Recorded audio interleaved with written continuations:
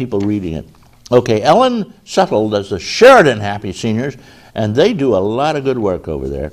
They're going to their own a senior trip to Medina and Lockport. You know, Lockport has the Erie Canal going through. It's fantastic. Big university, too. They're taking off. They're going to have a Chinese auction. And they say, hey, come on over. We got a lot of great things going on. And let me see here. Silver Creek Seniors, another group in Silver Creek. They have a wonderful clubhouse down on Route 5 and 20. And prayers are needed for Bob Kittle. He's in the hospital. Don Connie, also surgery.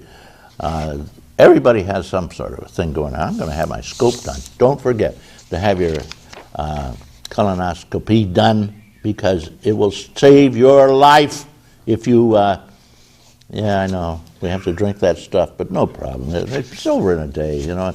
The procedure takes a couple of minutes, and it's kind of fascinating. You know, watch your insides, your colon on television, which I always do. But you lose the ether. No, they don't give you ether, but they give you some sort of weird anesthetic. What it does is produce amnesia. And I looked up the last time at my doctor, and I said, when are you going to start? He said, it's over. You're out of here.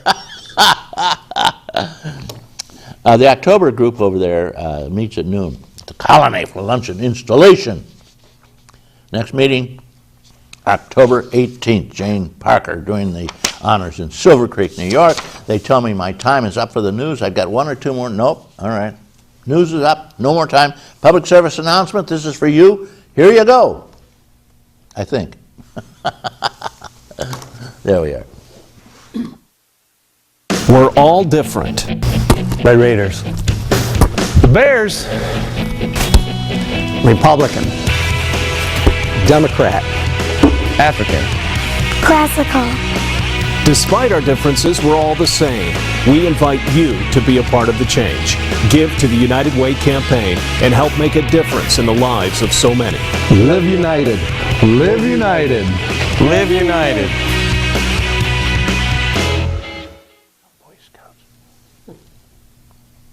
Okay, we got a guy here who wants to talk about Steve Jobs. Good morning, Chris Burke. Chris Burkett's going to do the job. You're on. Good morning, Reed. October 5th, 2011 was a terrible day in the entire tech industry. Not only was it the day after when everyone realized what the iPhone 4S really is, but Steve Jobs passed away, the revolutionary tech guy. A lot of people looked up to him. Obama said the world has lost a visionary. Completely agree. He was 56 years old, only 2 years younger, or older than my dad. My dad's younger. Anyways, he's even had people from Zuckerberg to the Google co-founder to Bill Gates. They've come out and, you know, praised his work, what he's done. You know, they even actually were able to push back a launch of a product because a competitor didn't want to launch a product. Well, he was in the news mostly because he would still take it up, I guess. But you know, he bought Pixar. He helped that with Disney when Disney bought Pixar, which has brought out 15 or so movies, and they still have plenty more to go. The best animated movies out there so far. So, I mean, he's been a revolutionary. Apple still has a long ways to go, I guess. They've got 4 years worth of products he left them in a little secret thing in the back. Yeah, he released the Granny Smith or whatever it was. Yeah, something like that. Anyways, so they've got some years, and then CEO Tim Cook now, he looks like he's pretty capable of running Apple, but may Jobs rest in peace, and hopefully the world will learn from what he wanted everyone to learn, that technology is more about the user interface than it is about the rest of it. So, thank you, Reed. A little story on Steve Jobs. May God rest his soul. He's quite a guy. And we got now the guy who tells it like it is. This fella, he shoots it. He really sticks it to them when they're messing up the seniors. No, he's going to talk about butterflies and bluebirds or whatever. John Hamels. Doc, you're on. I must be the only person in television land that gets that kind of introduction. Good morning, everyone. Good morning, Al. Welcome to the show. We before we got here, we did a shakedown of Al, made sure there was no leaks in anywhere on his body. You'll see more about that in a little bit. Well, I just want to talk about two things, because I know we want to give a lot of time to our guests. But number one, this week, the RSVP, the Retired and Senior Volunteer Program, is celebrating all the great work that I think it's like 900 volunteers in Chautauqua County provide for all kinds of programs and services. Without them, boy, we would be in a lot of trouble. They help kids, everything. Well, yeah, what I mean is that they're the seniors providing the services, right, absolutely. And they're from, like I say, they cover all kinds of programs, of food pantries and the foster parents and all that sort of thing. But the nice thing is I'll be leaving here shortly because I'm going to be providing the entertainment for the Southern and then part of the program, and then up next Thursday, we'll be playing up there for the RSVP program up there. 38 years. Pardon? What's the name of this group? RSVP. Oh, no, I'm talking about the band. Oh, Doc and Bill. Doc and Bill. Doc and Bill. How He could asked, I forget didn't that? ask. My name is Bill And Peck. secondly, I'd like to say that I think we broke the news here on the county home. Remember, we talked about this, about 2 months ago? It was just sort of getting out there. And boy, I'll tell you, folks, there's been articles written now, and there's signs up, and people are really beginning to question this whole thing. And I encourage you to do the same. Talk to your county legislators. Let's just get the facts. I'm not saying it's good or bad, like I've said right along. Well, I don't know Stick that. my leg out. You know, my but neck. but I think, there's a lot more information to be had, and I encourage everybody to get behind that, because like we said, this is an asset to our community. Our seniors are there, and, someday, hey, you and I could be there, Reed, just think about it.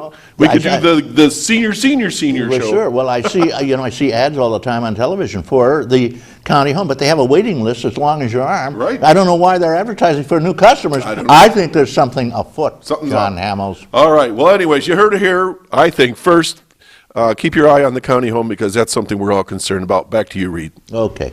And another thing we've been talking about lately is the fact that all over the world, people are mobbed and rioting and on the streets because the rich and powerful have taken everything. In this country, 1% of our population owns 90% of all the wealth, or controls it. They say, oh, we only own 50, 60, 80. They control the rest through interlocking directorates. And I kept saying, we should be on the streets. Geez, hey, it's happening. We're great prophets here. Senior report. There are now mobs forming in all the major cities in the country. They arrested almost 1,000 of them in New York a couple of days ago. And it's growing. It's a massive protest against the fact that the rich and powerful have taken everything in this country, leaving nothing. Your health care is being taken away, even on your jobs. No raises meaningfully because there's no inflation. Ha, ha, ha. I'm telling you guys, you are in trouble because this economy is failing, because for the same reason before World War II, during the Great Depression, the rich and powerful had gotten hold of everything. It was broken up, but now it's back together again. Since Reagan's time, reducing the taxes down to nothing and giving all sorts of permissive legislation in the Congress, they can control the price of oil, among other things. That's where they're stealing from us. But in the meantime, they've got it all back. And now the average person has virtually nothing. We're going from hand to mouth. Salaries are not increasing.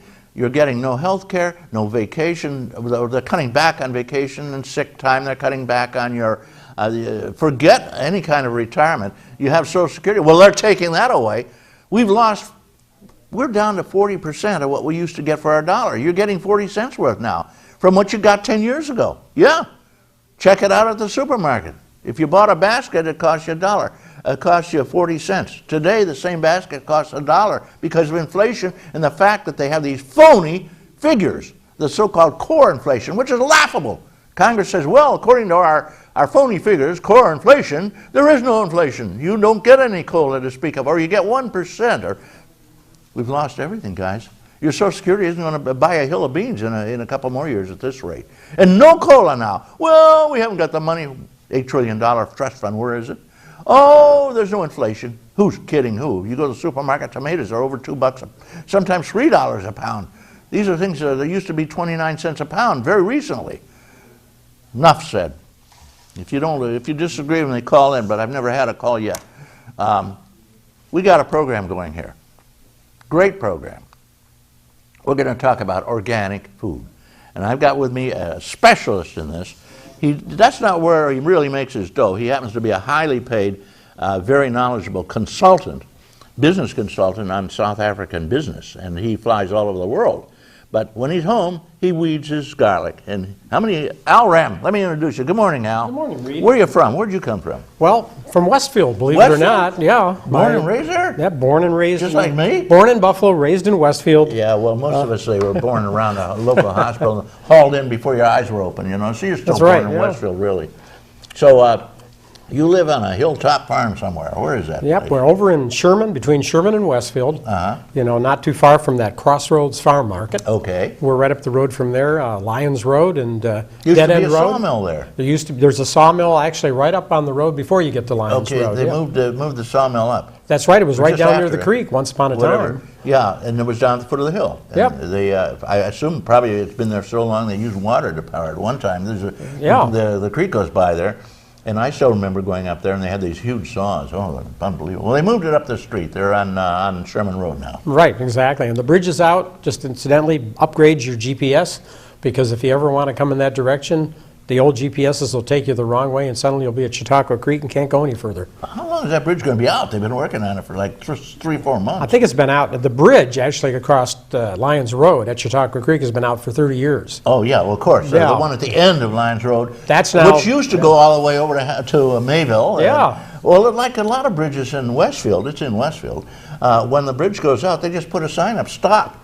And they say, bridge out, that's it. That's right. It's been that way for 30 years, 40 years. There's 3 other bridges in Westfield, the same thing. And God help us if another bridge goes under the viaduct in Westfield or something. There'll just be a sign there, stop, bridge out.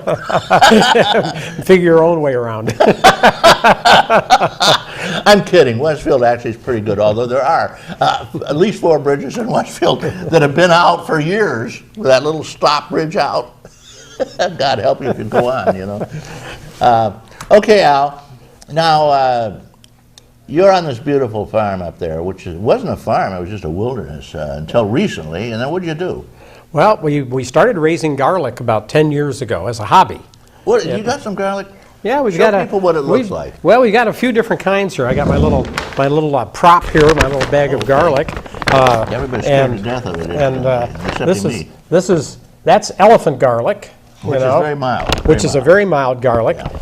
This is a garlic which there are about 150 different kinds of garlic, and not including leeks, which are wild garlic up in the woods, right next to absolutely your house. right there's next to our leeks. house. People come up and bring their shovels in the spring Sure. and get leeks. This is a what we call a porcelain garlic. It's called Pink Music. It isn't pink this year. Don't ask me why. There's a little pink somewhere on it, but it just made up its mind not to go pink. Does it make music, though? Doesn't make music. It's not pink and doesn't make Not. music. And it's really what they call a German red, but there's a guy named Alan Music up in Ontario province. where the music came That's where the name came from. Excellent garlic, a real good keeper, got a real punch to it, much more than the elephant.